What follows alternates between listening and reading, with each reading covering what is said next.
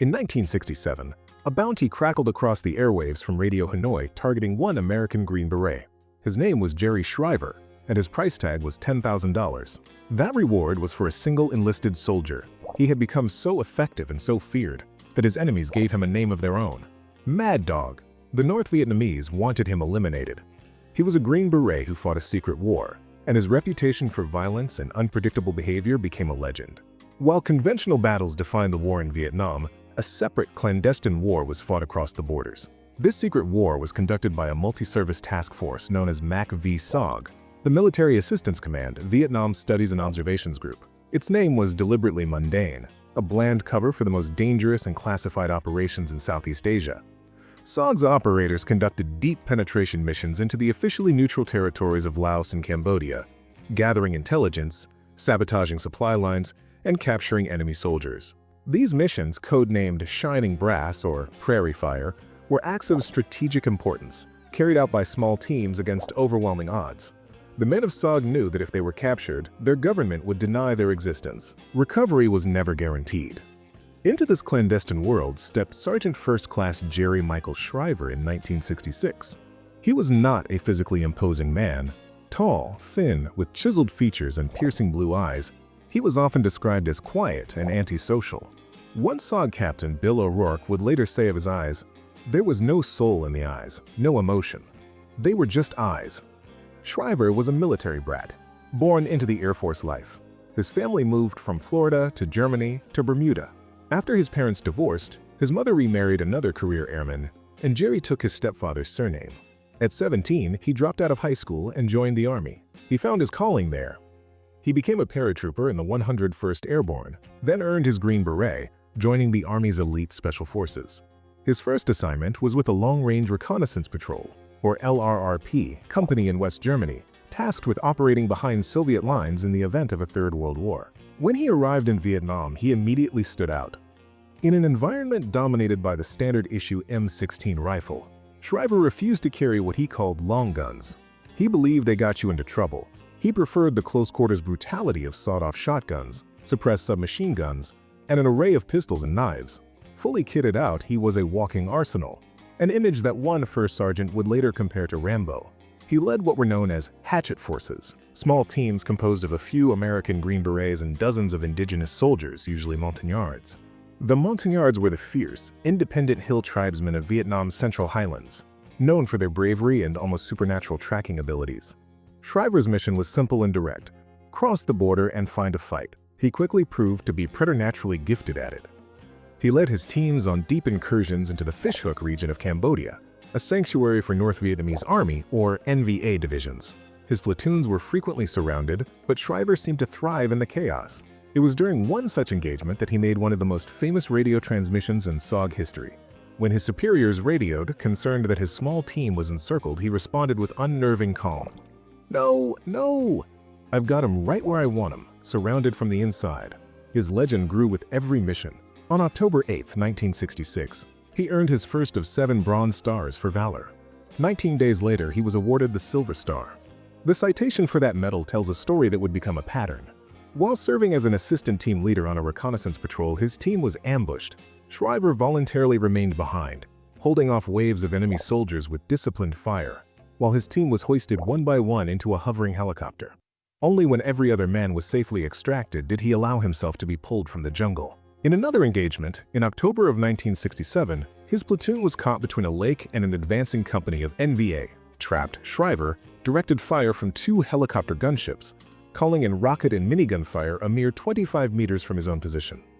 He used the air support as a shield, advancing on the enemy position 20 meters at a time, repeatedly calling the strikes in closer and closer. He broke the enemy line and fought his way out. He developed a deep, abiding respect for the Montagnard soldiers he led. He saw in them a warrior spirit that mirrored his own. He was the only American at his base, Command and Control South, who lived in the Montagnard barracks. He ate with them, drank their traditional rice wine, and spent nearly every dollar he earned on them and their families, buying food, clothes, and medicine for their villages. In return, the Montagnard revered him. He wasn't just their commander, he was one of them. This bond with the Montagnards, however, only highlighted his detachment from his American peers. He was a quintessential loner, Medal of Honor recipient Jim Fleming, a USAF pilot who flew for SOG, described Shriver as possessed by what he was doing, constantly training. He was rarely seen without his German shepherd, Klaus, a dog he'd brought back from a stint in Taiwan. His eccentricities were legendary. He would walk around the base in a blue velvet smoking jacket and a derby hat, always armed with multiple pistols. One infamous story from the NCO club cemented his unpredictable nature.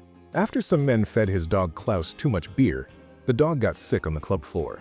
The men rubbed the dog's nose in the mess and threw him out. When Shriver arrived later, he drank a beer, removed his jacket and hat, put his revolver on a table, and calmly defecated on the floor.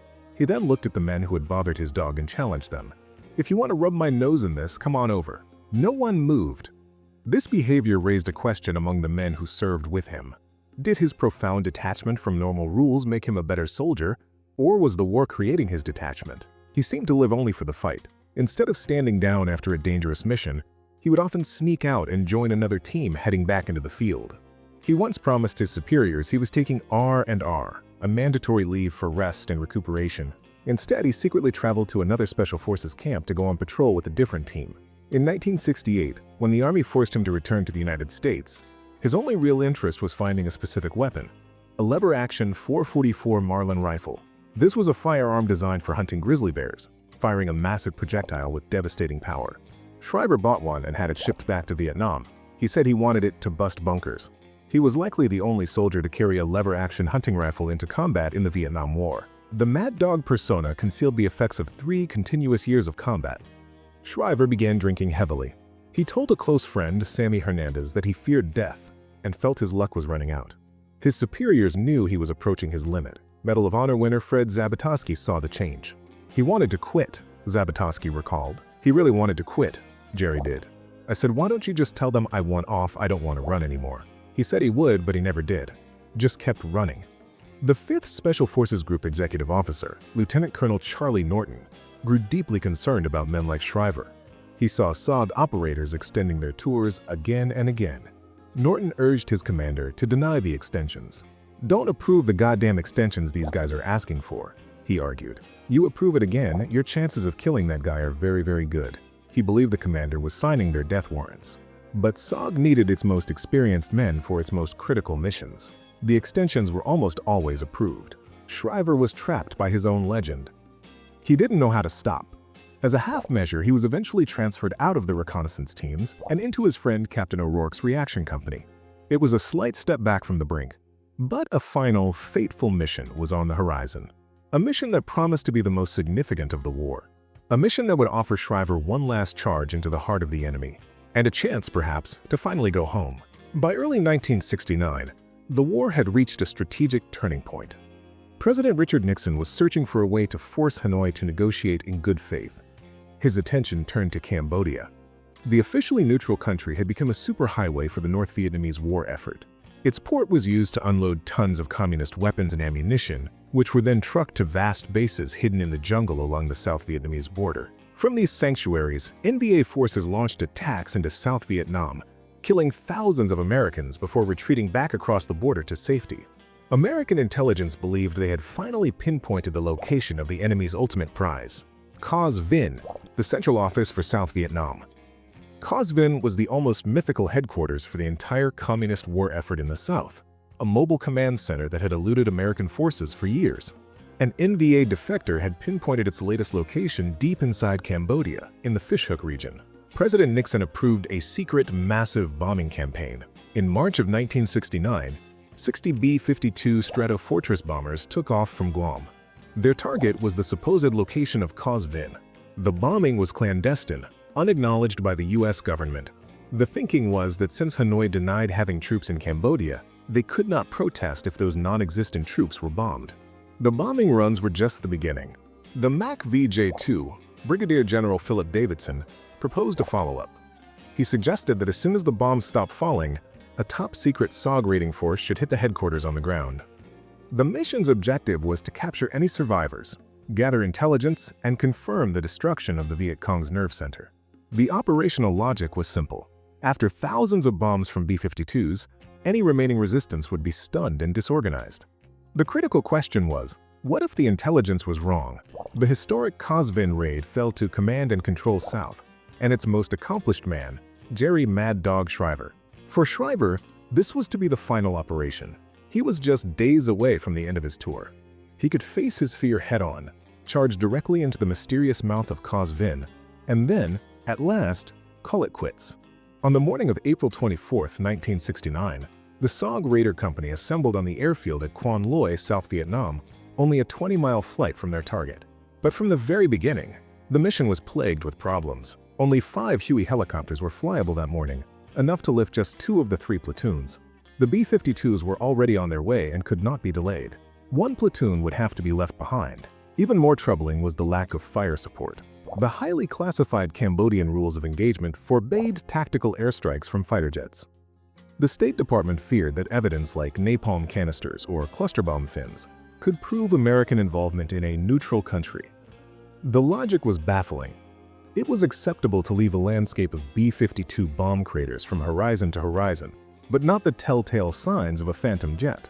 The SOG Raiders were going in with only the miniguns and rockets of their helicopter gunships for support. As the Raiders boarded the helicopters, Captain O'Rourke took the first bird and Shriver the last, positioning them at opposite ends of the insertion.